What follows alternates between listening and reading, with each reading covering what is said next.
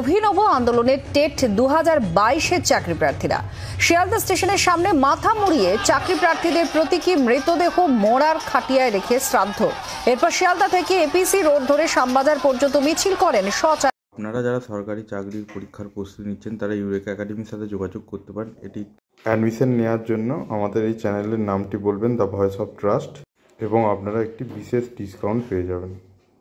আরেক চাকরি প্রার্থী তাদের অভিযোগ, করুণাময়ী মেট্রো স্টেশনে আন্দোলনের দিন এবং তার পরের দিন কুণালের বাড়িতে যান তারা, তারপরেও সেখানে তারা দেখা পাননি, তাই এমন অভিনব আন্দোলনের ডাক। এ রাজ্যের সরকার এরকম ব্যবস্থা করছে, প্রতিটি বেকার ছেলেমেয়েরা রাস্তায় নেমে হাহাকার করছে, কোনো আদালতের কোনো বাধা নেই, তাই নিয়োগ করছে না।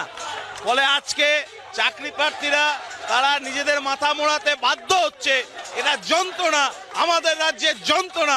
অসভ্য সরকারের কারণেই আজকে রাজ্যের যুবক যুবতীদের এই অবস্থার মধ্যে নিয়ে যেতে হচ্ছে। এর নিরসন চাই, এর থেকে মুক্তি চাই, এই অসভ্য সরকারের থেকে রাজ্যের বাসীকে মুক্তি চাই। শিয়ালদহ স্টেশনে ঢোকার মুখে এই মুহূর্তে 2022 সালে টেট উত্তীর্ণ চাকরি প্রার্থীরা শুরু করেছেন আন্দোলন। এই আন্দোলনে একদম মধ্যখানে এনে রেখে দেওয়া হয়েছে একটি শববাহী খাটিয়া। সেই খাটিয়াকেই নিজেদের কফিনের শেষ পেরেক বলে মনে করছে এই 2022-এ টেট উত্তীর্ণ চাকরি প্রার্থীরা।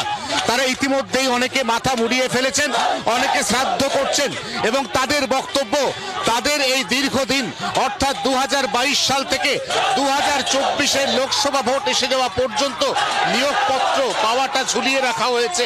অবিলম্বে নিয়োগপত্র না পেলে এরকম আরো বহু আন্দোলন প্রায় প্রতিদিন কলকাতার রাজপথে করতে চায় এই 2022 টেট উত্তীর্ণ চাকরি প্রার্থীরা।